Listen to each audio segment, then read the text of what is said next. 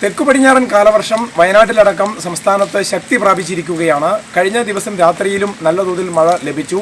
ഇന്ന് രാവിലെ 6 മണിക്ക് അവസാനിച്ച 24 മണിക്കൂറിനിടയിൽ പല പ്രദേശങ്ങളിലും 150 മില്ലിമീറ്റർ വരെ മഴ ലഭിച്ചതായാണ് വിവരം. ജില്ലയുടെ പല ഭാഗത്തും കനത്ത മഴ പെയ്തുകൊണ്ടിരിക്കുകയാണ്. അടുത്ത 3 മണിക്കൂർ സമയത്തേക്ക് 50 കിലോമീറ്റർ വേഗതയിൽ ശക്തമായ കാറ്റടിക്കാൻ സാധ്യതയുണ്ട് എന്നാണ് കാലാവസ്ഥാ നിരീക്ഷണ കേന്ദ്രം അറിയിപ്പ് നൽകിയിട്ടുള്ളത്. ഇന്നും വയനാട് ജില്ലയിൽ റെഡ് അലർട്ടാണ്. കഴിഞ്ഞ ദിവസങ്ങളിലൊക്കെ മരങ്ങൾ കടപുഴകി വീണാണ് വലിയ തോതിൽ നാശനഷ്ടങ്ങൾ ഉണ്ടായത്. ഇന്ന് രാത്രിയിലും ഇതുപോലെ മരങ്ങൾ കടപുഴകി വീണ് ദേശീയപാതയിലടക്കം ഗതാഗത തടസ്സം ഉണ്ടായിരുന്നു. മുത്തങ്ങയിൽ മൂലങ്കാവിലായിരുന്നു ആദ്യം മരം വീണ് ഗതാഗത തടസ്സം ഉണ്ടായത്. ഫയർഫോഴ്സ് എത്തി അവിടെ മരങ്ങൾ മുറിച്ചു മാറ്റി ഗതാഗതം പുനഃസ്ഥാപിച്ചു. പിന്നീട് നായ്ക്കട്ടിക്കടുത്തും മരം വീണ് ഗതാഗത തടസ്സം ഉണ്ടായി. ബത്തേരിയുടെ പല ഭാഗത്തും പുഴ കരകവിഞ്ഞൊഴുങ്ങിയതിനെ തുടർന്ന് ചെറിയ പ്രദേശങ്ങളിലെല്ലാം താഴ്ന്ന പ്രദേശങ്ങളിലെല്ലാം വെള്ളക്കെട്ടിന് അടിയിലായി. ധാരാളം കുടുംബങ്ങളെ അവിടെ നിന്ന് മാറ്റിപ്പാർപ്പിച്ചു. ജില്ലയുടെ പല ഭാഗങ്ങളിലും നാശനഷ്ടങ്ങൾ തുടരുകയാണ്. മരങ്ങൾ കടപുഴകി വീണ് വീടുകൾക്ക് കേടുപാടുകൾ പറ്റിയിട്ടുണ്ട്. ഭാഗികമായി 50ഓളം വീടുകൾ ഭാഗികമായി ജില്ലയിൽ തകർന്നിട്ടുണ്ട് എന്നാണ് ഇതുവരെയുള്ള കണക്കുകൾ വ്യക്തമാക്കുന്നത്.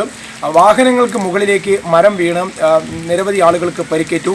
ദേശീയപാതയിലായിരുന്നു അധികവും ഉണ്ടായത്. കൽപ്പറ്റയ്ക്കടുത്ത് കൈനാട്ടിയിൽ SP ഓഫീസ് ജംഗ്ഷനിൽ ആൽമരം കടപുഴകി വീണതിനെ തുടർന്ന് കാർ യാത്രക്കാരന് നിസ്സാര പരിക്കേറ്റു. മണിക്കൂറുകൾ എടുത്താണ് അവിടെ നിന്നും മരം വെട്ടിമാറ്റിയത്. ഫയർഫോഴ്സും നാട്ടുകാരും ചേർന്നാണ് വെട്ടിമാറ്റിയത്.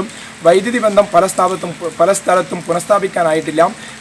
ഇന്നലെ വൈകുന്നേരത്തോടു കൂടി പല സ്ഥലങ്ങളിലും വൈദ്യുതി പോസ്റ്റുകൾ തകർന്നു വീഴുകയും വൈദ്യുതി ബന്ധം വിച്ഛേദിക്കപ്പെടുകയും ചെയ്ത ഒരു സാഹചര്യം ഉണ്ടായി. ഏതായാലും ജില്ലാ ഭരണകൂടം കനത്ത ജാഗ്രതാ നിർദ്ദേശം ആണ് നൽകിയിട്ടുള്ളത്. ജില്ലാ ദുരന്ത നിവാരണ അതോറിറ്റി ഓൺലൈനായി യോഗം ചേർന്നുകൊണ്ട് സ്ഥിതിഗതികൾ വിലയിരുത്തുന്നുണ്ട്. മാറ്റിപ്പാർപ്പിക്കേണ്ടവരെ സുരക്ഷിത സ്ഥാനങ്ങളിലേക്ക് മാറ്റിപ്പാർപ്പിക്കാൻ നിർദ്ദേശം നൽകിയിട്ടുണ്ട്. താലൂക്ക് അടിസ്ഥാനത്തിൽ കൺട്രോൾ റൂമുകൾ പ്രവർത്തിച്ചു വരുന്നുണ്ട്. പഞ്ചായത്ത് അടിസ്ഥാനത്തിലും കൺട്രോൾ റൂമുകൾ പ്രവർത്തിച്ചു വരുന്നുണ്ട്. ഇന്ന് റെഡ് അലർട്ട് ഉള്ളതുകൊണ്ട് യാത്രകൾ പരമാവധി ഒഴിവാക്കണം. വിനോദസഞ്ചാര കേന്ദ്രങ്ങളിലേക്കുള്ള സന്ദർശനം ഒഴിവാക്കണം. രാത്രി യാത്ര നിരോധനം നിലവിലില്ലെങ്കിലും രാത്രി യാത്ര പരമാവധി ഒഴിവാക്കണം തുടങ്ങിയ നിർദ്ദേശങ്ങളെല്ലാമാണ് ദുരന്ത നിവാരണ അതോറിറ്റി നൽകിയത്. ഇന്നലെ എത്തിയ 28 അംഗ ദേശീയ ദുരന്ത നിവാരണ സമിതി മീനങ്ങാടിയിൽ തമ്പടിക്കുന്നുണ്ട്. ആവശ്യം വന്നാൽ രക്ഷാപ്രവർത്തനത്തിന് അവർ ഇറങ്ങാൻ ഫയർഫോഴ്സിനൊപ്പം ഇറങ്ങുന്നുണ്ട്. നാട്ടുകാരും സേവന സന്നദ്ധരായി അധികൃതരോടൊപ്പം പ്രവർത്തിക്കുന്നുണ്ട്. കൂടുതൽ വാർത്തകൾക്കും വിശേഷങ്ങൾക്കുമായി Wayanad vision Facebook page follow ചെയ്യുക. യൂട്യൂബ് ചാനൽ സബ്സ്ക്രൈബ് ചെയ്യുക.